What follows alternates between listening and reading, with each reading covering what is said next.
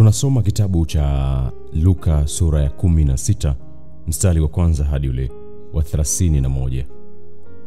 Tena aliwaambia wanafunzi wake, palikuwa na mtu mmoja tajiri, alikuwa na wakili wake.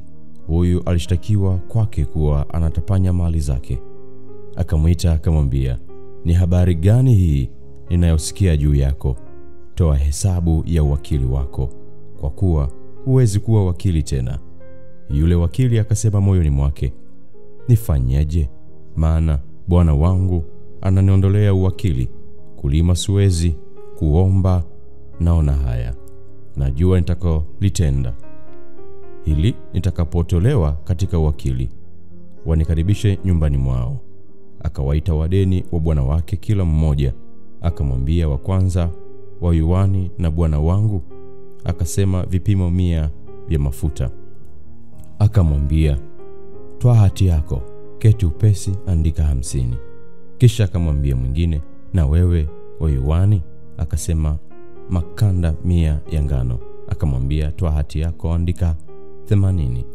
Yule bwana akamsifu wakili dhalimu kwa vile alivyotenda kwa busara, kwa kuwa wana wa ulimwengu huu katika kizazi chao wenyewe huwa na busara kuliko wana wa nuru. Nami nawaambia, jifanyieni rafiki kwa mali ya udhalimu, ili itakapokosekana wawakaribishe katika makao ya milele. Aliye mwaminifu katika lililo dogo sana huwa mwaminifu katika lililo kubwa pia, na aliye dhalimu katika lililo dogo huwa dhalimu katika lililo kubwa pia. Basi kama ninyi hamkuwa waaminifu katika mali ya udhalimu, ni nani atakayewapa amana mali ya kweli? Na kama hamkuwa waaminifu katika mali ya mtu mwingine, ni nani atakayewapa iliyo yenu wenyewe? Hakuna mtumishi awezaye kutumikia mabwana wawili, kwa maana ama atamchukia huyu na kumpenda huyu, ama atashikamana na huyu na kumdharau huyu. Hamwezi kumtumikia Mungu na mali. Basi Mafarisayo, ambao wenye ni wapenda fedha, waliyasikia hayo yote, wakamdhihaki. Akawaambia, ninyi ndinyi mnaojidai haki mbele ya wanadamu, lakini Mungu hawajua mioyo yenu, kwa kuwa lililotukuka kwa wanadamu huwa chukizo mbele za Mungu. Torati na manabii vilikuwapo mpaka Yohana. Tangu wakati huo habari njema ya ufalme wa Mungu hutangazwa, na kila mtu hujiingiza kwa nguvu. Lakini ni vyepesi zaidi mbingu na nchi vitoweke kuliko itanguke nukta moja ya Torati. Kila mwachaye mkewe na kumwoa mke mwingine azini, naye amuoaye yeye aliachwa na mumewe azini. Akasema, palikuwa na mtu mmoja tajiri, alivaa nguo za rangi ya zambarau na kitani safi, na kula siku zote kwa anasa. Na maskini mmoja jina lake Lazaro huwekwa mlangoni pake, ana vidonda vingi, naye alikuwa akitamani kushibishwa na makombo yaliyoanguka katika meza ya yule tajiri. Hata mbwa wakaja wakamramba vidonda vyake. Ikawa yule maskini alikufa, akachukuliwa na malaika mpaka kifuani kwa Ibrahimu. Yule tajiri naye akafa, akazikwa. Basi kule kuzimu aliyainua macho yake alipokuwa katika mateso, akamwona Ibrahimu kwa mbali na Lazaro kifuani mwake. Akalia akasema, baba Ibrahimu, nihurumie, umtume Lazaro achovye nje ya kidole chake majini, au burudishe ulimi wangu, kwa sababu ninateswa katika moto huu. Ibrahimu akasema, mwanangu, kumbuka ya kwamba wewe uliyapokea mambo mema yako katika maisha yako, na Lazaro vivyo alipata mabaya, na sasa yeye yupo hapa anafarijiwa, na wewe unaumizwa. Na zaidi ya hayo, kati yetu sisi na ninyi kumewekwa shimo kubwa, ili wale watakao kutoka huku kwenda kwenu wasiweze, wala watu wa kwenu wasivuke kuja kwetu. Akasema, basi baba, nakuomba umtume nyumbani kwa baba yangu, kwa kuwa ninao ndugu 5, ili awashuhudie, wasije wao pia wakafika mahali hapa pa mateso. Ibrahimu akasema, wanao Musa na manabii, na wawasikilize wao. Akasema, la baba Ibrahim, lakini kama akiwaendea mtu atokaye kwa wafu watatubu. Akamwambia, wasipowasikia Musa na manabii hawatashawishiwa hata mtu akifufuka katika wafu. Tumesoma sura ya 16 mstari ule wa kwanza hadi wa 31. Tunasoma kitabu cha Luka sura ya 17 mstari wa kwanza hadi ule wa 37. Akawaambia wanafunzi wake, makwazo hayana budi kuja, lakini ole wake mtu yule ambaye yaja kwa sababu yake. Ingemfaa zaidi mtu huyo jiwe la kusagia ifungwe shingoni mwake, akatupwe baharini, kuliko kumkosesha mmojawapo wa wadogo hawa. Jilindeni, kama ndugu yako akikukosa, mwonye, akitubu msamehe. Na kama akikosa mara 7 kati ya siku moja na kurudi kwako mara 7 akisema nimetubu, msamehe. Mtume wakamwambia, Bwana, tuongezee imani. Bwana akasema, kama mngekuwa na imani kiasi cha chembe ya haradali, mngewaambia mkuyu huu ng'oka, ukapandwe baharini, nao ungewatii. Lakini ni nani kwenu mwenye mtumwa alimaye au achungaye ng'ombe, atakayemwambia mara arudipo kutoka shambani, njoo upesi keti ule chakula? Je, hata mwambia nifanyie tayari chakula, nile nijifunge unitumikie, hata niishe kula na kunywa, ndipo nawe utakapokula na kunywa? Je, atampa asante yule mtumwa kwa sababu ameyafanya aliyoagizwa? Vivyo hivyo nanyi mtakapokwisha kuyafanya yote mlioagizwa, semeni, sisi tu watumwa wasio na faida, tumefanya tu yaliyotupasa kufanya. Ikawa walipokuwa njiani kwenda Yerusalemu, alikuwa akipita katikati ya Samaria na Galilaya. Na alipoingia katika kijiji kimoja, alikutana na watu 10 wenye ukoma. Wakasimama mbali, wakapaza sauti wakisema, Ee Yesu, Bwana mkubwa, uturehemu. Alipowaona aliwaambia, enendeni mkajionyeshe kwa makuhani. Ikawa walipokuwa wakienda, walitakasika. Na mmoja wao alipoona kwamba amepona, alirudi huko akimtukuza Mungu kwa sauti kuu.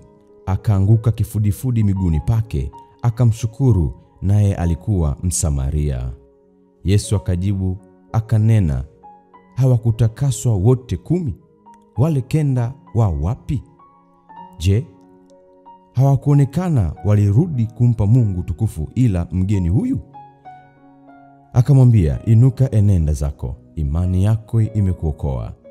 Na alipoulizwa na Mafarisayo, ufalme wa Mungu utakuja lini? Aliwajibu akawaambia, ufalme wa Mungu hauji kwa kuuchunguza, wala hawatasema, tazama upo huku au kule, kwa maana tazama ufalme wa Mungu umo ndani yenu. Akawaambia wanafunzi, siku zitakuja mtakapotamani kuona siku moja kati ya siku zake Mwana wa Adamu, msiione. Tena watawaambia, tazama kule, tazama huku, msiondoke mahali mlipo, wala msiwafuate.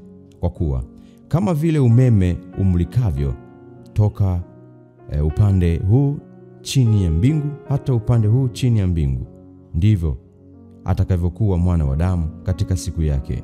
Lakini kwanza hana budi kupata mateso mengi na kukataliwa na kizazi hiki. Na kama ilivyokuwa siku za Nuhu, ndivyo itakavyokuwa katika siku zake Mwana wa Adamu.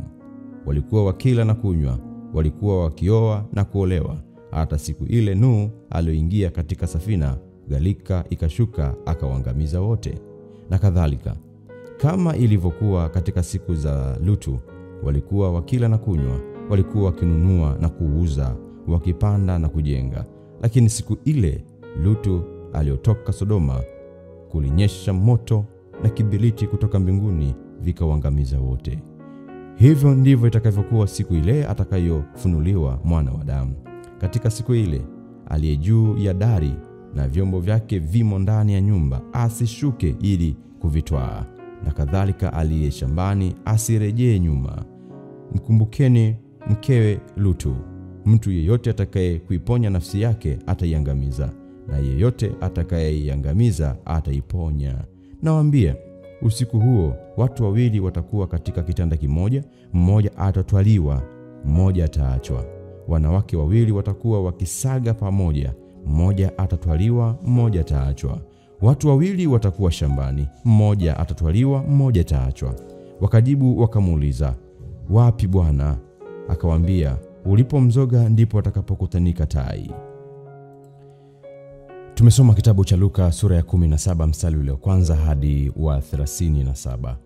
Tunaenda kusoma kitabu cha Luka sura ya 18 mstari wa kwanza hadi ule wa 43. Akawaambia mfano ya kwamba imewapasa kumwomba Mungu siku zote wala wasikate tamaa. Akasema, palikuwa na kadhi katika mji fulani, hamchi Mungu wala hajali watu. Na katika mji huo palikuwa na mwanamke mjane aliyekuwa akimwendea akisema, nipatie haki na adui wangu. Naye kwa muda alikataa, alafu akasema moyoni mwake, ijapokuwa simchi Mungu wala sijali watu, lakini kwa kuwa mjane huyu ananiudhi, nitampatia haki yake, asije akanichosha kwa kunijia daima.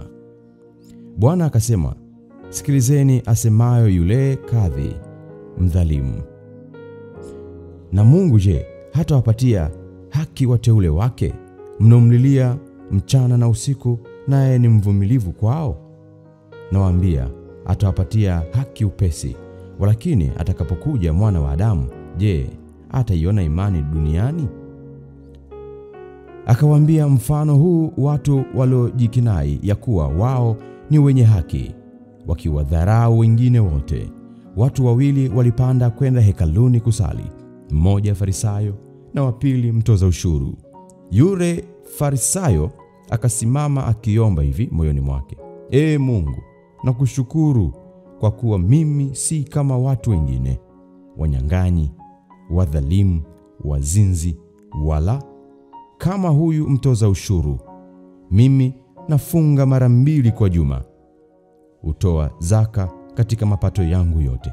Lakini yule mtoza ushuru alisimama mbali, wala hakuthubutu hata kuinua macho yake mbinguni, bali alijipiga kifua akisema, Ee Mungu, uniwie radhi mimi mwenye dhambi. Nawaambia, huyu alishuka kwenda nyumbani kwake amehesabiwa haki kuliko yule, kwa maana kila ajikwazae atadhiliwa, naye ajidhiliaye atakwezwa. Wakamletea na mtoto mchanga ili awaguse, lakini wanafunzi walipoona waliwakemea. Bali Yesu akawaita waje kwake, akasema, wacheni watoto wadogo waje kwangu, wala msiwazuie, kwa kuwa watu kama hao ufalme wa Mungu ni wao. Amini nawaambia, mtu yeyote asiyeupokea ufalme wa Mungu kama mtoto mdogo hauingii kamwe.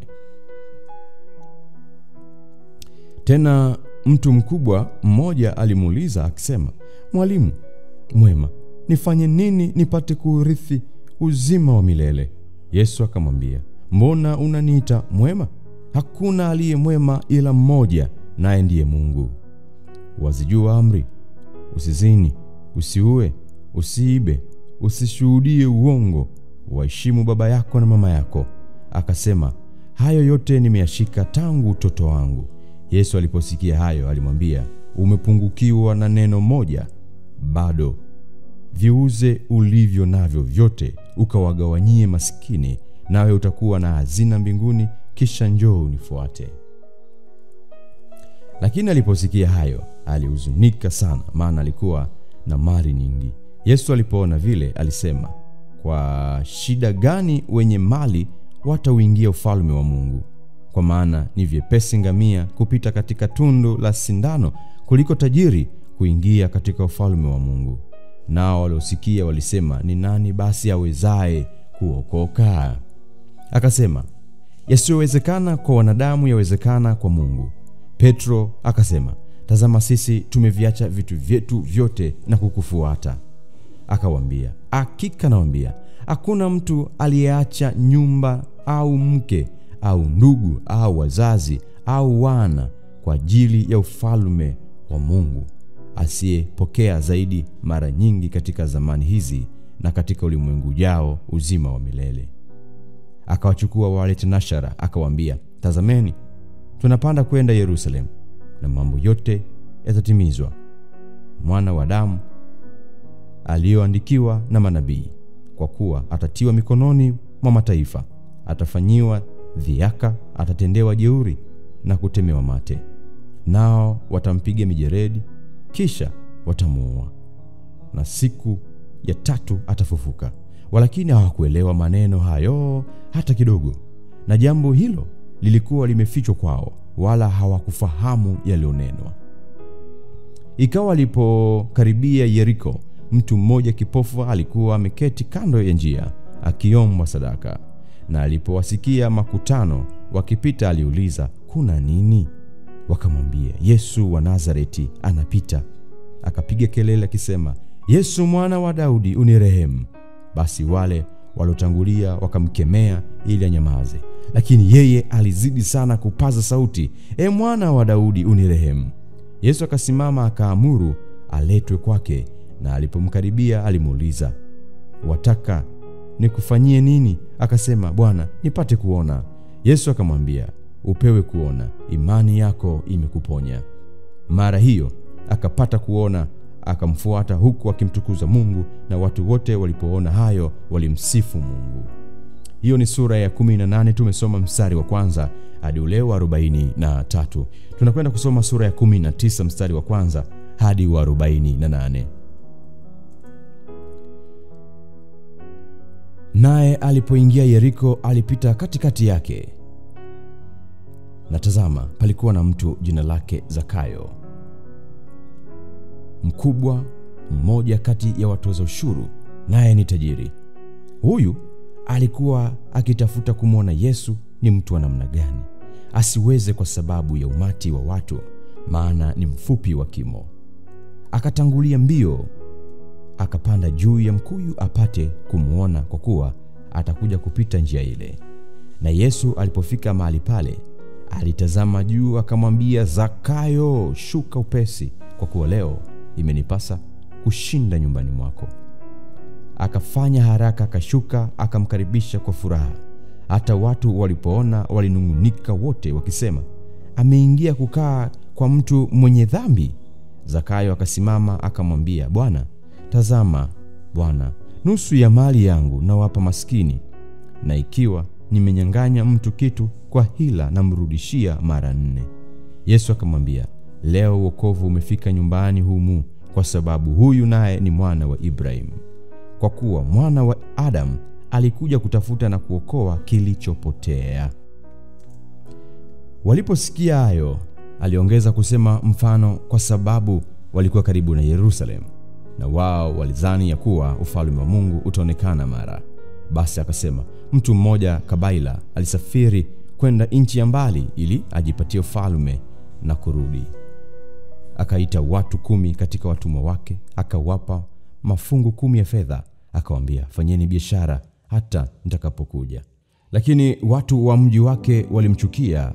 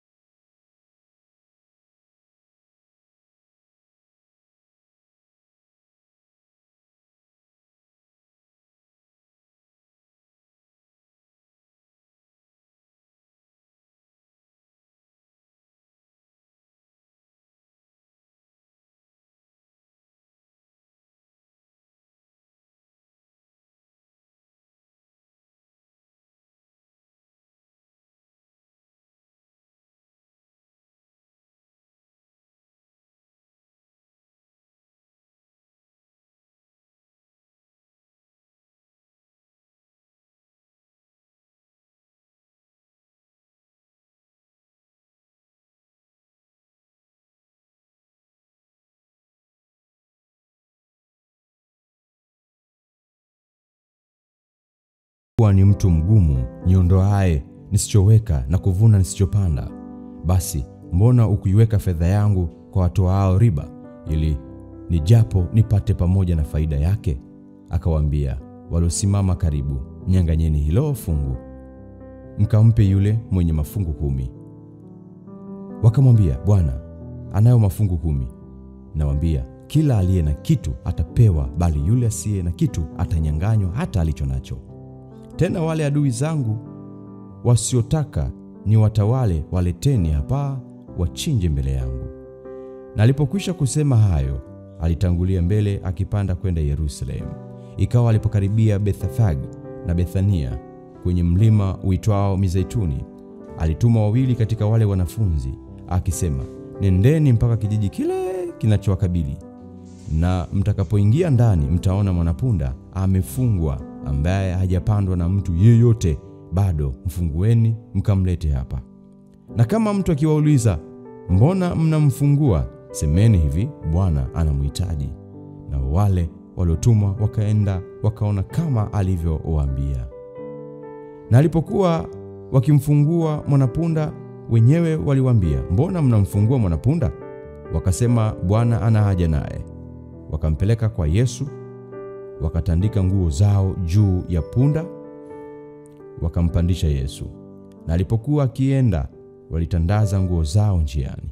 Hata alipokuwa amekaribia matelemko ya mlima wa Mizeituni, kundi zima la wanafunzi wake walianza kufurahi na kumsifu Mungu kwa sauti kuu kwa ajili ya matendo yote ya uwezo walioyaona. Wakasema, ndiye mbarikiwa mfalme ajaye kwa jina la Bwana. Amani mbinguni na utukufu uko juu. Baadhi ya Mafarisayo waliokuwa katika mkutano wakamwambia, Mwalimu, uwakanye wanafunzi wako. Akajibu akasema, nawaambia ninyi, wakinyamaza hawa, mawe yatapiga kelele. Alipofika karibu, aliuona mji, akaulilia akisema, laiti ungelijua hata wewe katika siku hii yapasayo amani, lakini sasa yamefichwa machoni pako. Kwa kuwa siku zitakuja, adui zako watakapokujengea boma likuzunguke, watakuzingira na kukuhusuru pande zote. Watakuangusha chini, wewe na watoto wako ndani yako. Wasikuache jiwe juu ya jiwe, kwa sababu ukutambua majira ya kujiliwa kwako. Akaingia hekaluni, akaanza kuwatoa wale waliokuwa wakifanya biashara, akiwaambia, imeandikwa, nyumba yangu itakuwa nyumba ya sala, lakini ninyi mmeifanya kuwa pango la wanyang'anyi.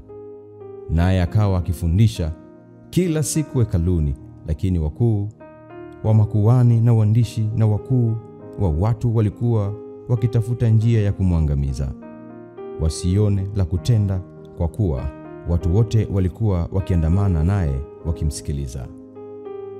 Tumesoma sura ya 19 mstari ule wa kwanza hadi 48. Tunakwenda kusoma sura ya 20 mstari wa kwanza hadi 47.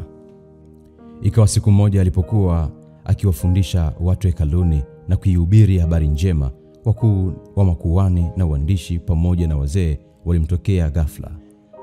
Wakamwambia wakisema, tuambie, unatenda mambo hayo kwa mamlaka gani? Tena ni nani aliyekupa mamlaka hii? Akajibu akawaambia, nami nitawauliza ninyi neno moja, niambieni, ubatizo wa Yohana, je, ulitoka mbinguni au kwa wanadamu? Wakahojiana wao kwa wao, wakisema, kama tukisema ulitoka mbinguni, atasema basi mbona hamkumwamini? Na tukisema ulitoka kwa mwanadamu, watu wote watatupiga kwa mawe, kwa kuwa wamemkubali Yohana kuwa ni nabii. Wakajibu kwamba hatujui ulikotoka. Yesu akamwambia, wala mimi siwaambii ninyi ni kwa mamlaka gani ninatenda mambo haya. Akaanza kuambia watu mfano huu. Mtu mmoja alipanda shamba la mizabibu, akapangisha wakulima, akaenda akakaa katika nchi nyingine muda mrefu. Na wakati wa mavuno alituma mtumwa kwa wale wakulima ili wampe baadhi ya matunda ya mizabibu. Wakulima wakampiga, wakamfukuza mikono mitupu. Akatuma mtumwa mwingine, wakampiga huyo, naye wakamwaibisha, wakamfukuza mikono mitupu. Akamtuma na watatu, huyu naye wakamtia jeraha, wakamtupa nje. Basi bwana shamba la mizabibu alisema, nifanyeje? Nitamtuma mwanangu mpendwa wangu, yamkini watamheshimu yeye. Lakini wale wakulima walipomwona, walishauriana wao kwa wao, wakisema, huyu ndiye mrithi. Haya, na tumuue ili urithi uwe wetu. Wakamtupa nje ya shamba la mizabibu wakamuua. Basi bwana wa shamba la mizabibu atawatendaje? Atakuja na kuangamiza wakulima wale, na lile shamba la mizabibu atawapa wengine. Waliposikia hayo walisema, asha, yastukie haya. Akawakazia macho akasema, maana yake ni nini basi neno hili lililoandikwa? Jiwe walilolikataa waashi, hilo limekuwa jiwe kuu la pembeni. Kila mtu aangukaye juu ya jiwe hilo atavunjika, na yeyote ambaye litamwangukia litamsaga kabisa. Nao waandishi na wakuu wa makuhani walitafuta kumkamata saa hiyo hiyo, wakaogopa, wala maana walitambua ya kwamba mfano huu umewanenea wao. Wakamvizia, wakatuma wapelelezi waliojifanya kuwa watu wa haki, ili wamnase katika maneno yake, wapate kumtia katika enzi ya mamlaka ya liwali. Wakamuuliza wakisema, Mwalimu, twajua ya kwamba wasema na kufundisha yaliyo ya haki, wala hujali cheo cha mtu, bali unafundisha njia ya Mungu kwa kweli. Je, ni halali tumpe Kaisari kodi au sivyo? Lakini yeye alitambua hila yao, akawaambia, nionyesheni dinari. Ina sura ya anwani ya nani? Wakajibu, ya Kaisari. Akawaambia, basi vya Kaisari mpeni Kaisari, na vya Mungu mpeni Mungu. Wala hawakuweza kumshtaki kwa maneno yake mbele ya watu. Wakastaajabia majibu yake, wakanyamaza. Kisha baadhi ya Masadukayo wakamwendea, wale wasemao ya kwamba hakuna ufufuo, wakamuuliza wakisema, Mwalimu, Musa alituandikia ya kuwa mtu akifiwa na ndugu yake mwenye mke, lakini hana mtoto, na amtwae huyo mke ampatie ndugu yake mzao. Basi kulikuwa na ndugu 7. Wa kwanza alioa mke akafa, hana mtoto, na wa pili akamtwaa yule mke, akafa, hana mtoto. Hata watatu akamuoa, na kadhalika wote 7 wakafa wasiache watoto. Mwisho akafa yule mke naye. Basi katika ufufuo atakuwa mke wa yupi, maana aliolewa na wote 7? Yesu akamwambia, wana wa ulimwengu huu huoa na kuolewa, lakini wale wahesabiwao kuwa wamestahili kuupata ulimwengu ule na kule kufufuka katika wafu, hawaowi wala hawaolewi, wala hawawezi kufa tena, kwa sababu huwa sawasawa na malaika, nao ni wana wa Mungu kwa vile walivyo wana wa ufufuo.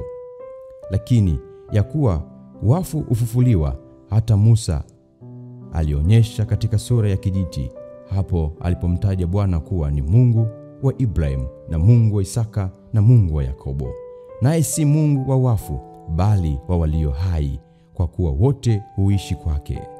Waandishi wengine wakajibu wakamwambia, Mwalimu, umesema vema. Wala hawakuthubutu kumuuliza neno baada ya hayo. Akawaambia, wasemaje watu kwamba Kristo ni mwana wa Daudi? Maana Daudi mwenyewe asema katika chuo cha Zaburi, Bwana alimwambia Bwana wangu, uketi mkono wangu wa kuume, hata niwaweke adui zako kuwa kiti cha kuwekea miguu yako. Na watu wote walikuwa wakimsikiliza. Aliwaambia wanafunzi wake, jilindeni na waandishi wapendao kutembea wamevaa mavazi marefu, na kusalimiwa masokoni, na kuketi mbele katika masinagogi na viti mbele ya karamuni. Wanakula nyumba za wajane, na kwa unafiki usali sala ndefu. Hao watapata hukumu iliyo kuu. Hii tumesoma ni sura ya 20 mstari wa 1 mpaka wa 47.